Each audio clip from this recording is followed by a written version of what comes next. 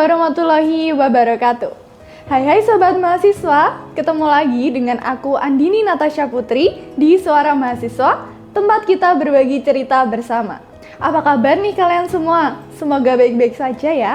Atau setidaknya kita bisa bertahan di antara deadline tugas-tugas yang menumpuk. Hari ini kita mau ngobrol santai tentang sesuatu yang seringkali kita abaikan, padahal sangat penting untuk kita bicarakan. Iya, mental health, kesehatan mental mahasiswa. Jadi, bukan hanya fisik aja yang perlu dijaga, namun kesehatan mental juga perlu dijaga. Jujur aja, menurut riset, 1 dari 3 mahasiswa pernah mengalami anxiety, bahkan depresi. Tapi sayangnya banyak yang menyepelekan. Banyak yang bilang, santai itu mah, nggak usah lebay. Padahal nggak sesimpel itu guys. Tekanan akademik, masalah finansial, atau bahkan ekspektasi keluarga, dan juga FOMO di media sosial merupakan salah satu alasan mengapa kita kelelahan secara mental. Misalnya nih, kita sebut aja kita punya teman namanya Andi. Dia tuh di kuliahan sangat ceria dan bahkan sangat aktif di akademik. Namun siapa sangka ketika dia berada di rumah, dia sering nangis, overthinking mengenai masa depannya. Ataupun si Rina, yang diam-diam dia nggak mau cerita ke siapapun. Merasa kalau dirinya cerita kepada orang lain, merasa dirinya lemah. Akhirnya malah nunda-nunda untuk mencari bantuan. Kalau kalian pernah merasa hal tersebut, it's okay, kalian gak sendirian guys. Lalu gimana caranya kita bisa bertahan di tengah chaosnya kampus?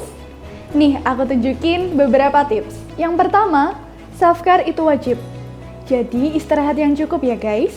Makan makanan yang enak dan juga sehat.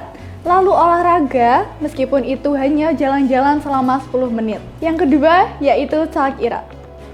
Kalian gak perlu malu ketika kalian punya masalah. Cerita aja ke teman kalian, keluarga, atau bahkan konselor kampus. Gak perlu malu untuk cerita, karena semuanya itu normal. Yang ketiga, yaitu batasi sosial media. Karena kadang ketika kita scroll Instagram, TikTok, atau bahkan aplikasi lain, kita tuh sering insecure. Dan juga perlu reminder kalau apapun yang dipost di media sosial belum tentu sesuai dengan aslinya. Yang keempat, yaitu it's okay to say no. Kita nggak perlu terus-terusan ikut lomba, organisasi, maupun event-event yang kalian harus lakukan. It's okay to say no guys. Jadi ketahui prioritas kalian, lakukan sesuai kebutuhan. Yang kelima yaitu cari bantuan profesional. It's okay guys untuk cerita ke konselor kampus maupun ke psikiater. Ke psikiater nggak menunjukkan kalau kalian gila kok. Itu adalah langkah yang berani, bukan tanda-tanda kelemahan. Terakhir ingat ini, kamu nggak harus sempurna. Bad days are normal. Yang penting jangan lupa untuk sayangi diri sendiri. Kalau hari ini berat, besok bisa jadi lebih baik. Oh iya, kalau kalian punya cerita ataupun tips untuk jaga mental health, bisa kok komen-komen di bawah, biar kita juga bisa bantu teman-teman kita yang butuh bantuan. Oke, segitu dulu Suara Mahasiswa hari ini. Aku Andini. Semoga apa yang kita bahas hari ini bisa berguna bagi kita di masa depan. Stay tune, see you next time. Wassalamualaikum warahmatullahi wabarakatuh.